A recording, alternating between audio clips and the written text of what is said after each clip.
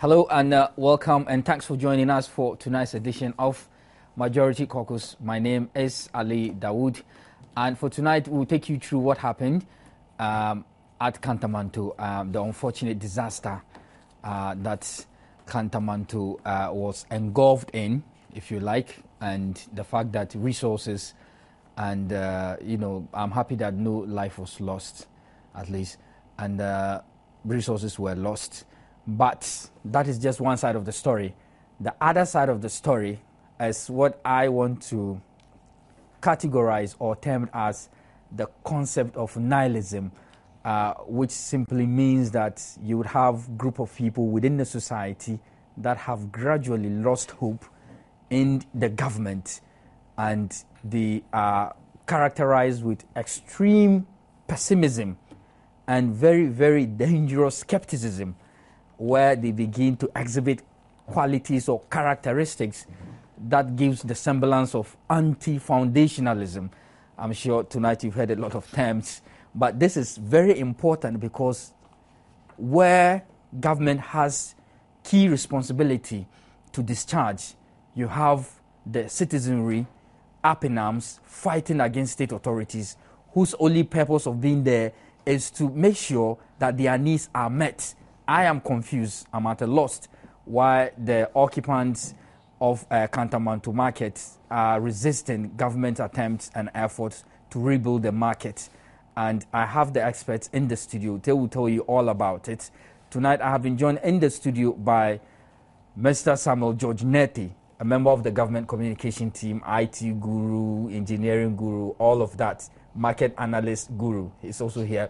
I also have He has some unofficial titles, the Chief Gun Land Protest, things like that. Prince Derek J is in the house. He's also an expert when it comes to matters of markets and Kantamanto. You know all about that. Thank you very much, gentlemen, for joining me in the studio. I don't know what you said. I think the introduction was a little bit skewed. I'm here to speak for the government communication. Of course, that goes without saying. Yes, but let's just focus on the topic. I am not happy with what is happening. Last night, if I'm right, some shootouts or tear gas and all that. Must it come to that point? It's just a simple action that government must take. When you look at the residue, almost the whole place was burned down. Yeah. I do not see how individuals in their own capacity can rebuild that kind of market. I don't know if their claims has any basis at all. Prince. Well, thank you, and a very good and warm evening to your viewers and also to your listeners.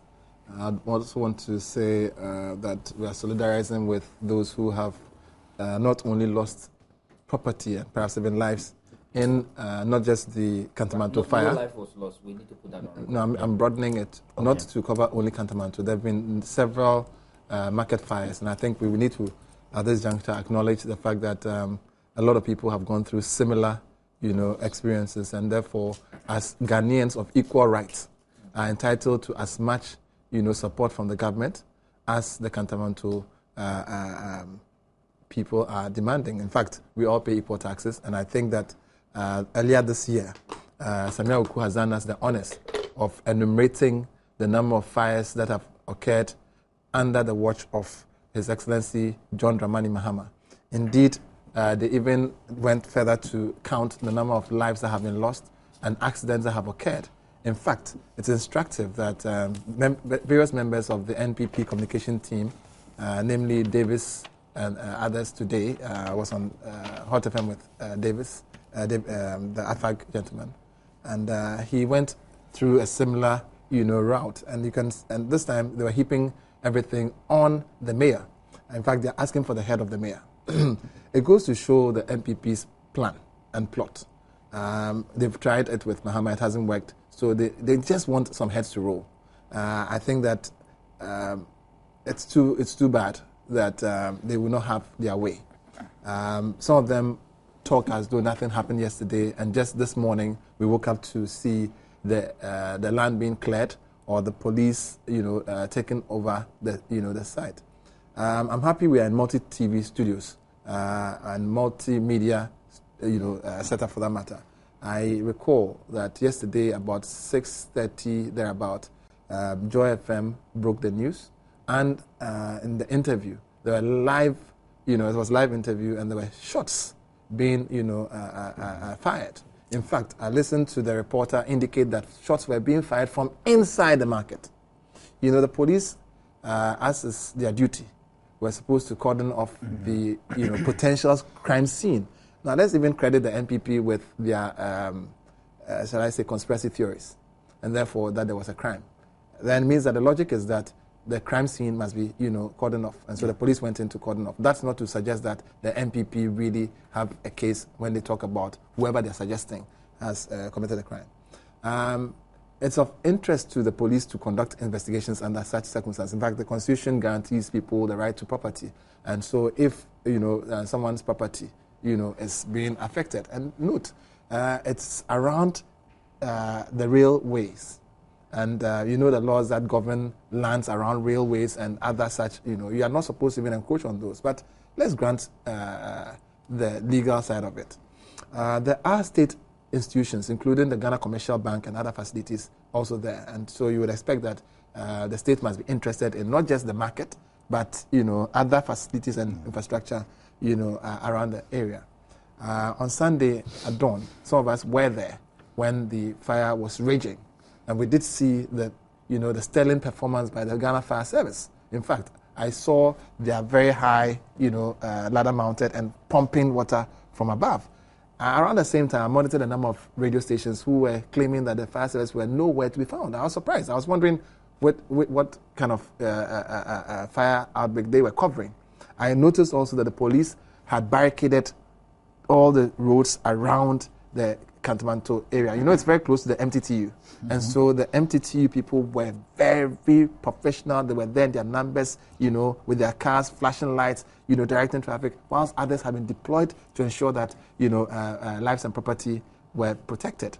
Unfortunately, of course, there are some miscreants who would always take advantage of these. And so as people rescued the items, they also made away with that. Some people were arrested in the course of all of that.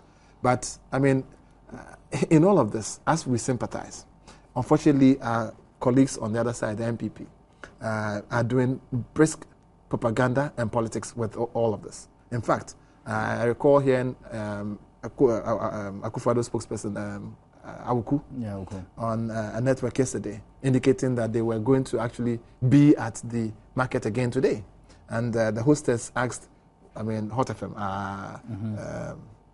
sorry, not Hot FM, Dome FM, that one. Yes, okay. Yes, that they've been there already, so why are they going again? And he said this time Nana Akufo-Addo wants to go and see things himself, obviously to get some political capital out of that, just like Asla did in the run-up to the elections when there was that registration exercise. She went with Abu Jinapo, the spokesperson for the former spokesperson. I hear they're falling out, right? I heard that too. Fired. Yeah, that's right. Now, so they went and they ended up beating themselves, and they went to hire tags to beat themselves. Then had their pictures posted on, Daily Guide and so on. The exact same thing is Nana Akufo-Addo's plan this time.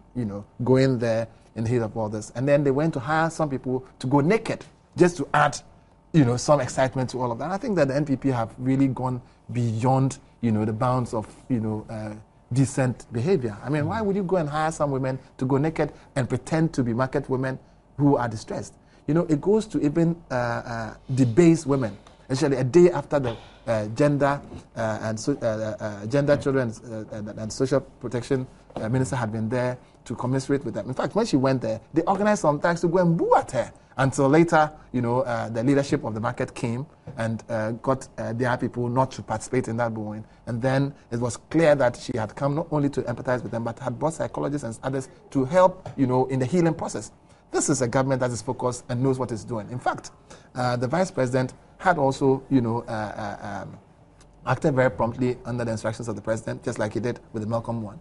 And the AMA is on top of issues. The Regional Security Council is on top of issues. So Vanderpoy, in fact, the three Vanderpoys, and coincidentally, the MP for the area is also a Vanderpoy, met with the leadership. Some, other, organizations have been called in, not just NADMO, but also Maslock. It's instructive to note that Maslock has given a lot of loans out, and it is very possible that some of these market women and I won't say market women because there are also gentlemen who sell at Kantamanto, have been beneficiaries, and so they will want to not only give new loans but to assess whatever may have gone down to see whether they should still chase for those monies, because when you give monies out you must try and retrieve it. So Maslock is not just in the business of giving out the monies but also assessing the situation. Now you see NPP, if you recall, they are now pushing that government should do a whole lot. But they're the very same people who say NADMO had overshot its budget. The same people who said government machinery has come to, as it were, denounce that. Of course. I mean, but what I'm saying essentially is that they are trying to push government to put in resources. Azu Kantamanto is the biggest thing that has happened, even though fires have occurred in many markets in Accra and also in Kumasi, and these were also entitled to things. This government is responsible for all Ghanaians and is willing to, and able to do things for everybody. In fact, just like the strikes, and I'm happy to hear that the GMA has called off a strike, but conditionally, just a few minutes ago. They had a press conference at 6. Yes. Okay. Now, the point is that during last year, there are similar strike actions. People called on the president to do things, and things were done. And then when the things are done, they come and play politics and say that you have overspent.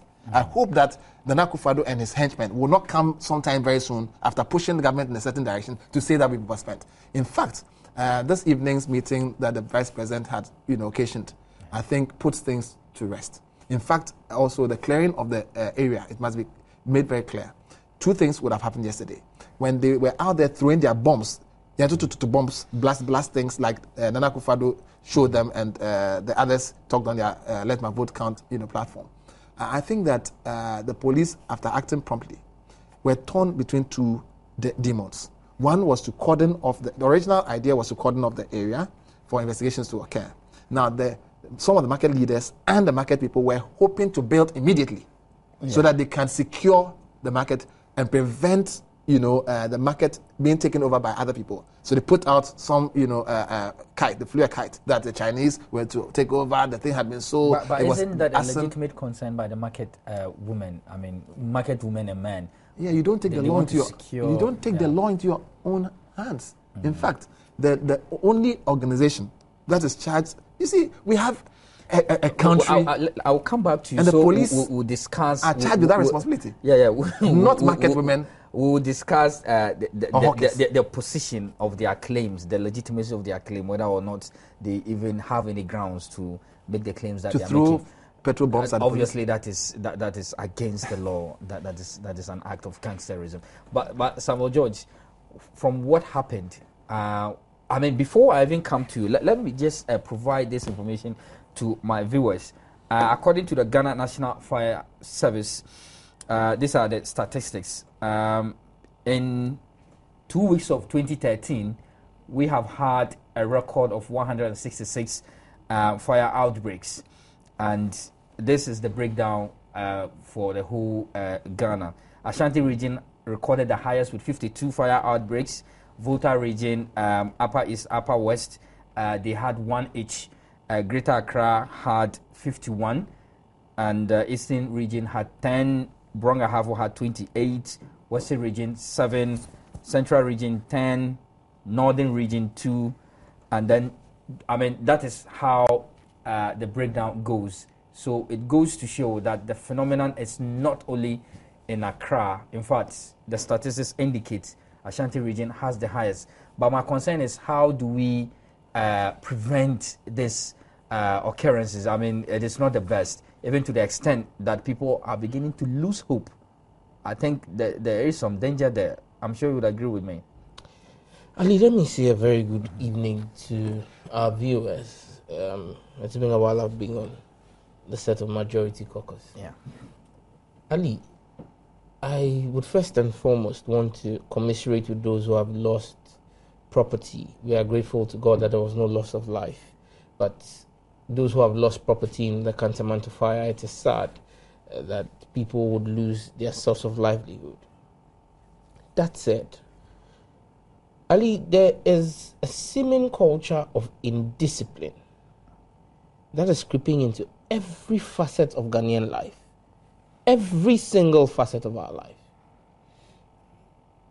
You have people eating in their cars, and throwing refuse out of moving vehicles. You have people living in their homes, picking refuse from their homes when clouds gather, putting it in the gutters. It goes downstream, chokes a drain, floods an entire community, destroys property, at times kills people. Indiscipline of the highest order. Bribery and corruption is rife. And these are not issues pertaining to governance. These are issues pertaining to the citizenry. I shudder to think what culture or what country would leave for the generation after us. Look, I don't even want to look at the possible political machinations behind some of these fires. Some of these fires come downright to indiscipline, where people have decided to carry out illegal connections that would lead to fire. Because when you do illegal connections, some of these things are done in a very shoddy manner, which will lead to fire outbreaks. And unfortunately, when when there's a fire outbreak, it will not just burn your house and say, okay, you did it, and so I'm ending. It stretches on. You look at the pictures from Kantamanto, and those who have studied history a little, it reminds you of 1666, London. The Great Fire of London. That raged from the 2nd of September to the 5th of September. 4 days of inferno in London. The way the city of London was left in ruins. That is exactly what Kantamanto reminds you of when you see the pictures from 1666 London. And you ask yourself, in 2013 Ghana, Accra, we're having such a problem.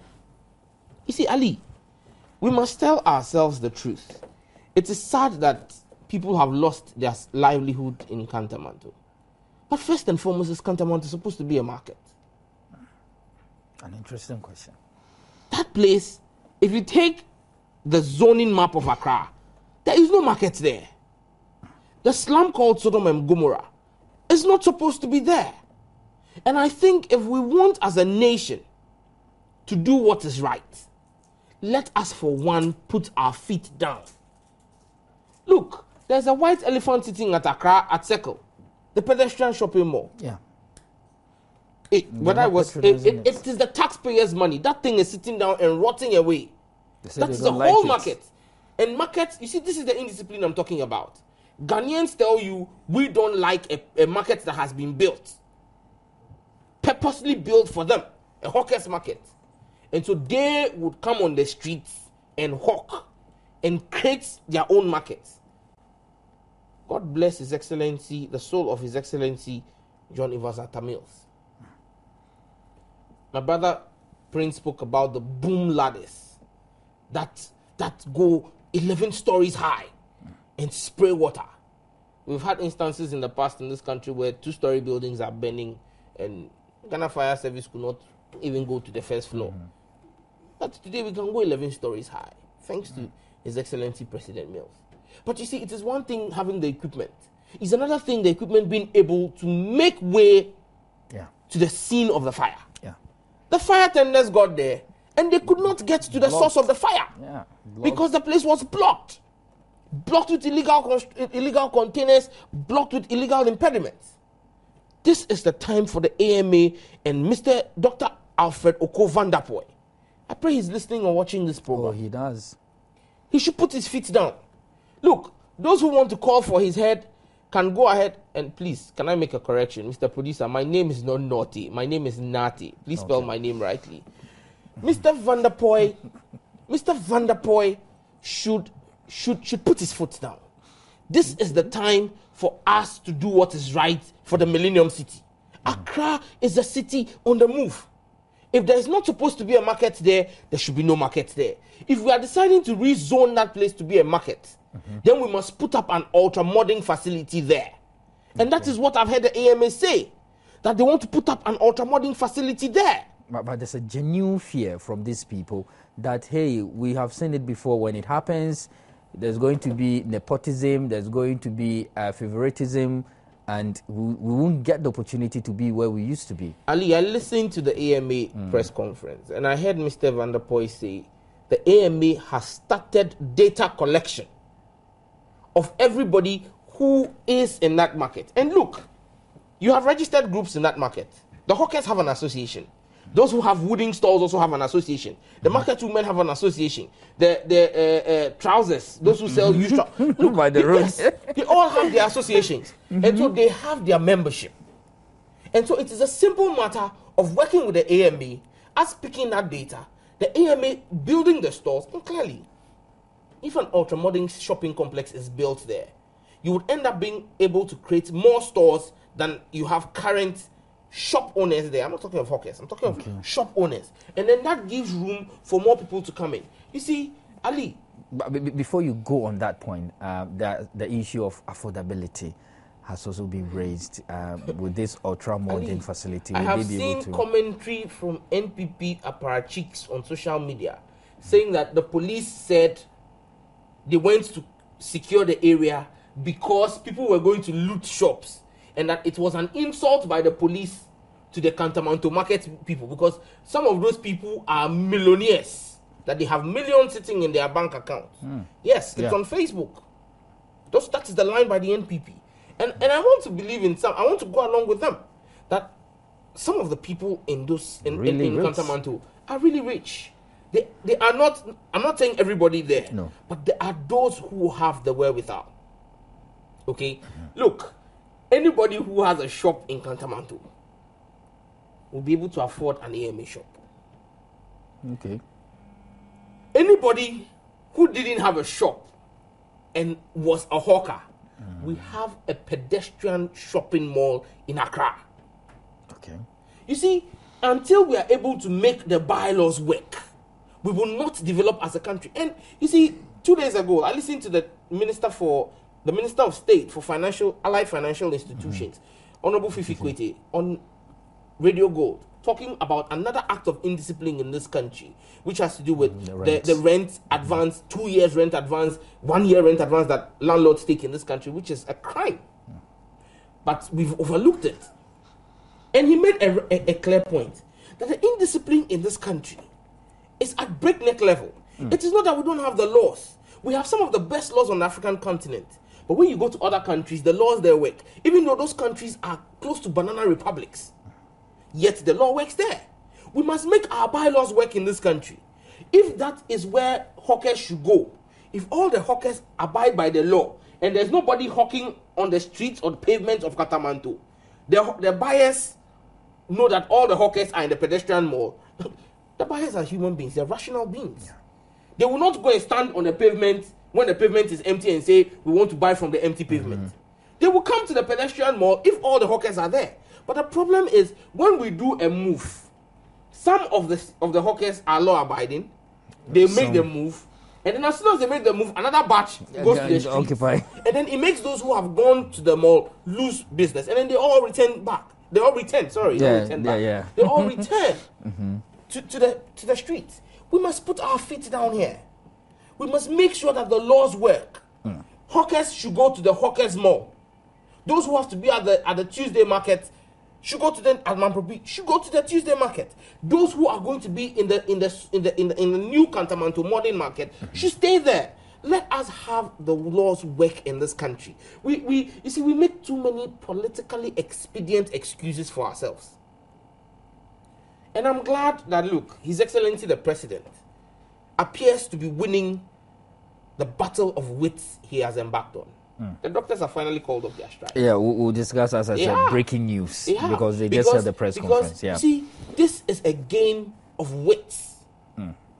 That is how I see it, where people want to hold authority, vested authority, to ransom. Yes. And try to hold them to ransom and force their hands.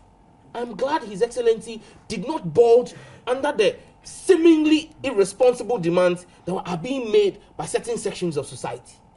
And today, after going and hitting the wall, they are returning, killing people in the hospital. Exactly.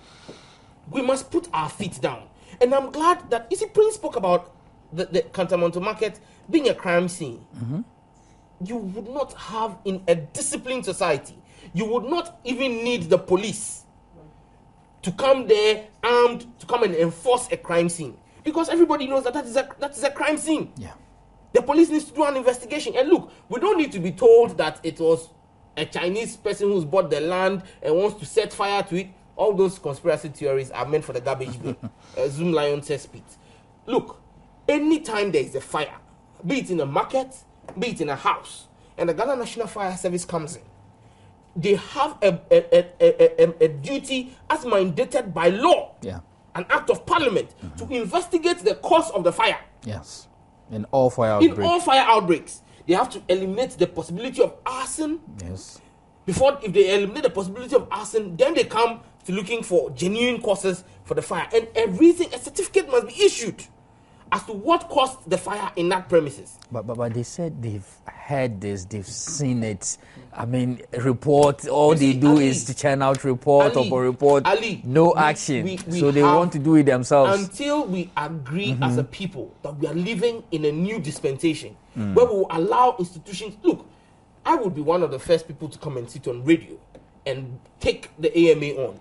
If the AMA decides to build a new market and decides not to engage with the leadership of the associations there, to say, okay, we've built 500 new shops. There were 300 of you here. Okay, or we have 300 shops for you. So that the associations share it amongst their people who have the means to take it.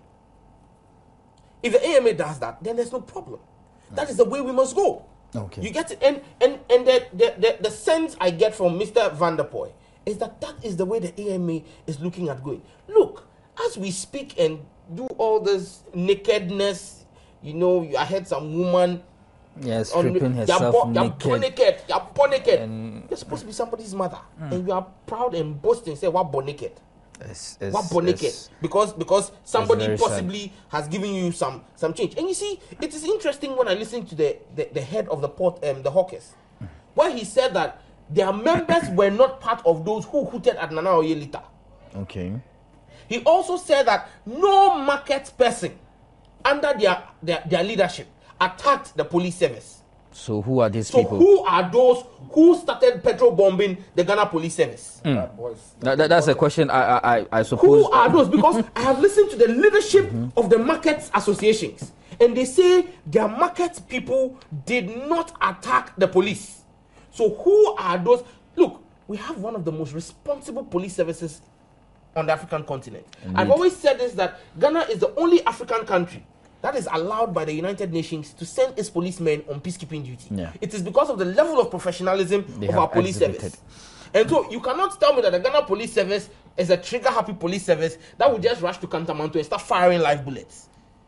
Obviously, that would not make sense. The Joy FM reporter said gunshots were being fired from inside the market. That was when the police was arriving on the scene. So people were armed inside the market and firing at the police? And they are not part of the market people. We really have a serious situation.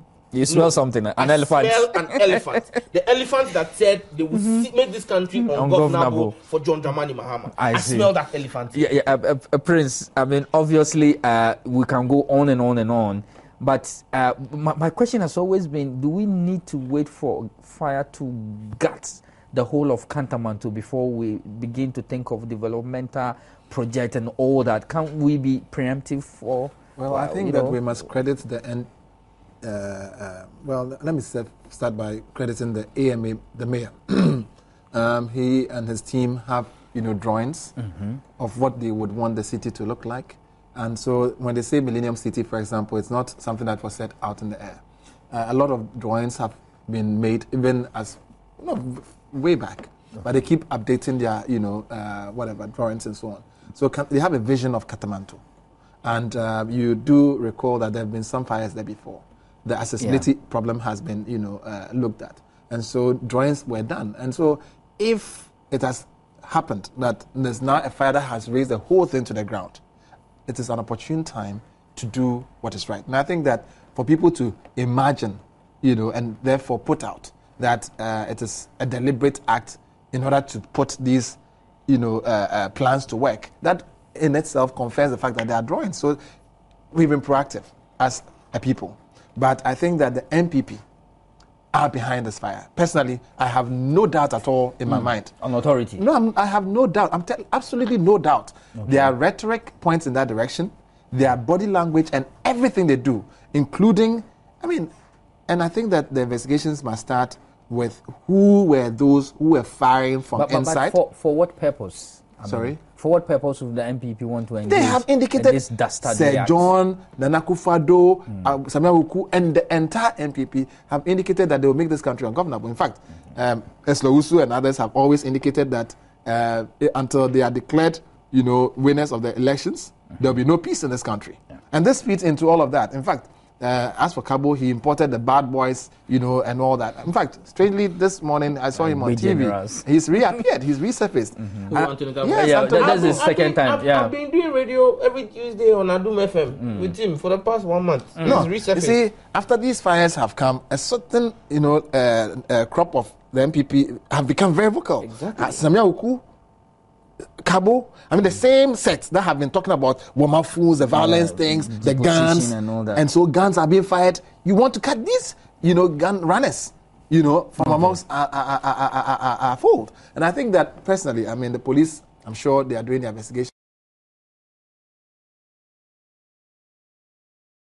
I believe the media must have some footage of those who are throwing the petrol bombs and all that. So I think that it should not be too difficult. But the bottom line is that this afternoon, something came to my attention that quickly, so I can go for my break. The fact that the mall will be built, some are looking at the ground on which it is, and that is going to be a very, very serious point of conflict. Because whilst we might want to relate with associations and ensure that the people who are settling and making a living would have continuity in that process, those who own the land must also not be dispossessed of their lands. Okay. And that is where I think that we must watch the MPP more closely. In fact, Nana Akufo-Addo was there primarily because of those kinds of things. And if you recall, they have a habit of stealing lands anyway. And Akufo, in 2004, they stole the Kumasi lands. In 2006 to 2008, they stole the Accra lands. And they even attempted to steal police and military lands. And I challenged them earlier on that we have the documents covering that, the minutes of the meeting that they held to steal the police and the military lands. So that is why they tried to circumvent That is why I started by Constitution. introducing you as the chief advocate for the Crown lands. To circumvent the Constitution. And I think Mr. Documents would have a copy of those minutes. Certainly, he should. I'll be disappointed if he doesn't. Yes, he should. You never can tell. He can't find a Akufo-Addo certificate. So okay. If he doesn't have a Akufo-Addo for once. certificate, But let me go for a quick commercial break. Yes. When we return, we would attempt to activate the phone lines, and then the discussion on the doctors would resume. Stay with me. I'll be right back.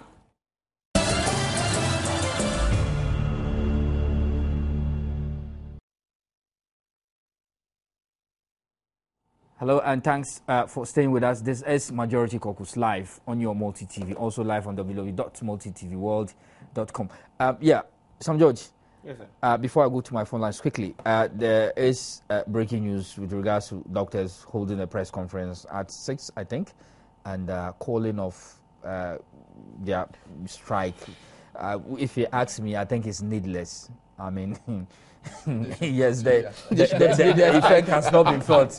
Is it a case of eating humble pie, but in a very, skillful way? Ali, I want to be very careful not to generalize the condemnation of the irresponsible acts of some doctors. And I say this because I am aware that a good number of Ghanaian doctors have worked in the past 3 to 4 weeks.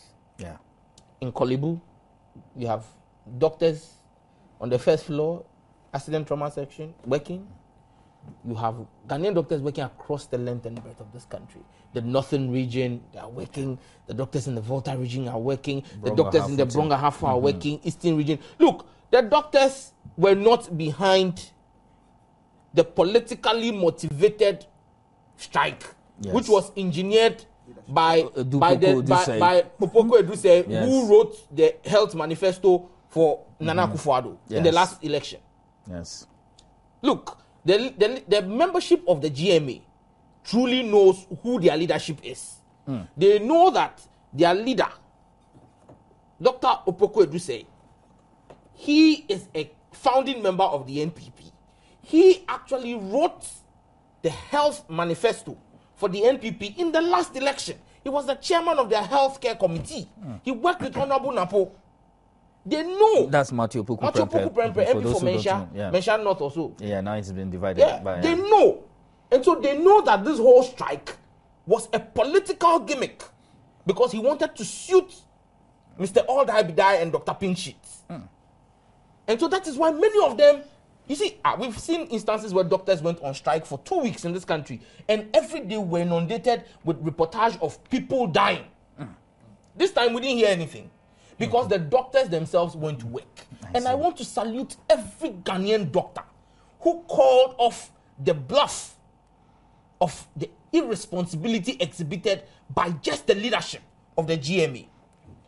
Somebody has rechristened the GMA to Ghana Medress Association. let me activate the phone line. So, but you let me activate. I'll come back. You can reach us on 0302-211-70124. Keep the calls coming. Yeah, just a very quick one. I associate myself with what Samuel has said, but also to add that I've listened to MPP propagandists when it was announced that Cuban doctors were going to come in, and that, I understand, also has informed this quick retreat because they realized that they were going to become even more redundant. Cubans are suffering. Cubans pay taxes, and then we pay taxes to pay them, and they will not, work to save our lives. And they made even jokes about Chinese also coming in and indicating that they will speak Twi and Ga and things to them. They have to translate. But just allow me to pick Nyoku from Takrady, then I'll come back to you, Prince. Hello? Hello. Yes, sir. Hello, Ali. Sir. Salam alaikum. Wa alaikum salam. We thank God for the great thing God is doing for us. If they like, they should go to hell and come. God has already done whatever He is supposed to do in Jesus' name. Look, whatever these people do, I know it's on our behalf, and everything will go on smoothly as God has wished it to be. Okay. You know what? They are now insisting on Kantamanto. And if you go to the local office, God is fighting for us. Okay, thank you very much for your views. Yeah, Prince. You see, Samuel... Hello, Baku, your call has interrupted Prince Derek's... Is it Hello, good evening. Good evening. Hello, good evening. Good evening. Good evening, sir. I want to make my submission to your program. Please go ahead. You are on air. I think doctors in the country have done their best. So even if they have gone on strike just because of a reason or two, I don't think we should bastardize them. Nobody has done that. Made by George, nobody. No. It's the leadership. No. I mean, we have not it is the nature. Leadership. It is a Baku. Listen. Hello, I'm listening. No, yeah. It is the nature. No. That's not the nature of this program. The nature of this program is that when you are peddling an untruth, we have the right to correct you before you even land. You understand? He started by saying that he is not going to generalize, and that he even congratulates every doctor in Ghana for calling the bluff of their leadership. He made all these things clear, and so he was precise and concise and directed his comments to the appropriate targets. So we cannot pretend that he made a general comment. Okay, I understand you right, but the question I want to ask is he suggesting that those who went on strike are anti-NDC or what? No, he talked about the leadership. You land. Yeah. Mm-hmm. Okay. And those doctors you blame, who are they? Okay, thank you very much. I will answer you, don't worry. Yeah, you just make sure you put that question down. Yeah, George. I have Niankra. Hello, Niankra. Yeah, good evening. Good evening, Niankra. Yeah, Ali, I have been watching you, and you are doing well. But you see, I have problem with Samuel George and the other colleague, because these are people that's Prince Derek AJ, if you mean. Okay, fine. These are people who have just come out of strike, whether they are ashamed or whatever. At least, when they were laughing, at least as if they are making fan of them. Let's even are you talking about the doctors? That they are supporting a particular party. No, Okay. at least they should give them some level of respect. Okay. You see, I don't think. After he lands, I'm not supporting MPP, but I don't think your panelists are doing well. They are doing well. No, I don't think so. Okay, thank you very much for your views. Finally, I have my final caller. Hello. Hello, Ali. Yes, sir. Evening. Good evening. How are you? I'm great by His grace. I hope that's a medical. I'm Salman calling from India. Okay, go ahead. Ali, NDC should be very careful with the way MPP are going about things in Ghana. How so? You can clearly see, I do not want to go into the court issue, but you can clearly see how they heckle, the court system. Okay. Judges. So if you see them setting fires all around the country, it is indeed an action that they have already planned. Okay. They have done so to destroy the entire governance process. But let's pray that God help Ghana.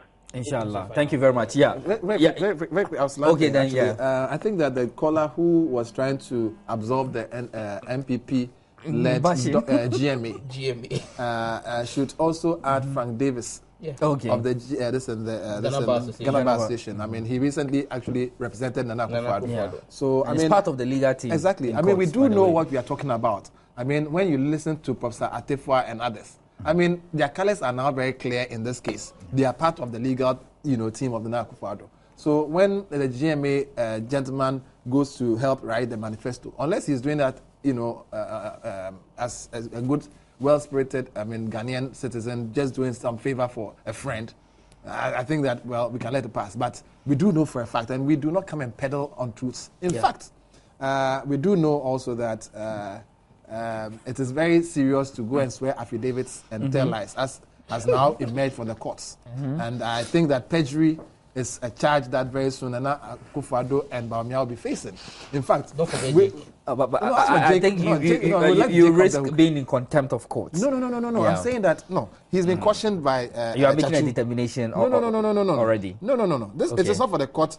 To decide whether they have committed perjury. You see, Chachuchi Keta tried to save Bawumia by cautioning him. Addison gave him up, but the real icing on the cake is the one who signed the affidavit. Nana Akufo-Addo, he signed the affidavit before these people supported it. And it is emerging that it's a lie. Nana Akufo-Addo would at some point need to be cross-examined so that the facts that he puts out, the evidence that he puts out, would be looked at against what Bawumia has put out. And then we'll see whether Bawumia is the liar or Akufo-Addo. One of them is a liar. But who is the liar? Two of them are liars, and one is a greater liar. And at the end of the day, it amounts to perjury. In any case, Nana Akufo-Addo is such a wicked flag bearer by on the face of the evidence that Bawumia is putting out, that he sends people to the point of no return, the unknown land, the unknown constituencies. He signs just like he signed for judgment debts. Just like he signed the judgment debt one. He signs another, great case. He signed the decision, went and begged for people to be paid judgment debts. And then he signed another one, appointing people to go on this wild expedition. He signs affidavits I'll come back to you. No, we have some. Yeah, we have about 5 minutes. Let me read a Facebook status by somebody who is a friend of mine called Dilovia Dobu. He says, have they, in bracket, doctors, have they run out of money? They should stay in their comfort zones. You see, I wish this was right. And you see, to the callers who might not be too versed with what the facts are. You've not been lenient at all. You see, with your course. If I'm a taxpayer like they are, our viewers are, and my taxes have been used to pay doctors, there are doctors in this country who earn 7,000 Ghana cedis. I mean 70 million. I mean, 70 the argument million. has been that it's about time their salaries there were are doctors published. who earn 70 million in this country. They have been giving saloon cars which are maintained by the state. Yeah. MPs have been giving a loan to buy 4x4s and their vehicles are not maintained by the state. Never. But doctors have been giving saloon cars.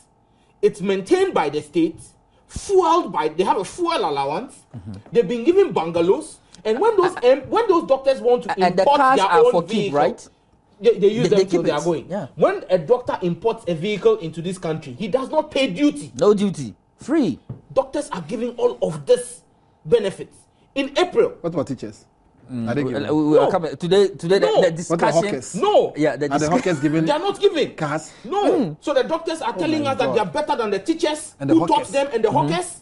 That is what the doctors are telling the other workers of this country. And doctors went to work for 5 days in April.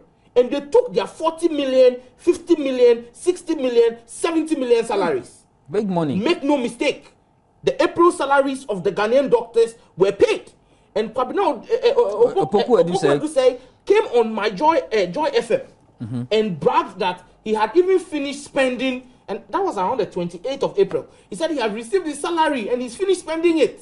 Okay. Without Much going to to the work. chagrin of Ghanaians. And it takes a Cuban who I don't know from Adam Never. to come and sit in a Ghanaian hospital and take care of my sick relative and nurse them back to health. And you say I should clap my hand for the doctor who I'm paying with my taxes and comes and throws it in my face that he won't work for me because of his parochial interest? But Let's ask a question. I have has the conversion difference been solved? Have they been paid? So why have they come back? Those who would have died, but for the hardworking Ghanaian doctors who saw through the smoke screen, and the Cuban doctors who have come in, but for them, those who would have died today, would we go and wake all of them up from the morgue? George, there's an important observation, and somebody has made that the same Opoku Odise was on the trip to South Africa. Yes. And during their stay, the World Cup, the African Cup, right? No, World Cup, South Africa 2010. Is it 2010. During their stay there, he even had the nerve to be directly insulting the government. The late President Mills, for some delay in food supply. The late President Mills put him on the trip as part of the, civil society was allowed to bring reps to go to South Africa to support the Black Stars. Yes. He was on that trip. He stayed in TUT. TUT, yeah. The TUT hostel, Trane University of Technology. He was there, taken with the taxpayers' money by the NDC government, under the auspices of the GME. He was insulting the president. There, and when their food did not come early, he was insulting the president. Directly. He had forgotten his 4,000 Ghana cedis at home. He said the president was timid. Yeah, the final was Prince. Well, I think that Gabi has eaten his words. I've listened to him even this evening on City FM. And you see, Gabi and Nana Akufo-Addo have been the source of the problems that Ghana has had. In 40 seconds, please. No, but you see, out of time. well, sorry, but Gabi has taken us on a roller coaster to nowhere on the instructions of Nana Akufo-Addo. And I think it's about time we pull the plugs from the socket. Okay. And you see, let me put you in 10 seconds. He had 10 seconds left. You see, let us sound a note of caution to Gabi Asare Ochidako. Okay, he cannot take it as his prerogative in this country to insult institutions and vested authority. And when, after insulting them, come back and say, I'm sorry. Yeah. He called the late President Mills a poodle. Yeah. Walked away scot-free and came back and apologized. Insulted the deputy minister, came back in the studio, came back and apologized. He's insulted the Supreme Court judges. Visionless, clueless. Esla who said John Mahama is a thief. The discussion will not end. The discussion will not end. Thank you for watching. Philip of Minister of Finance. Perjury is coming. I know you are watching. Gloria on the way. Criminal charges. Thank you all for watching. I will be here, inshallah, on Thursday for another edition of Majority Caucus. Till then, stay blessed and be good. Bye-bye.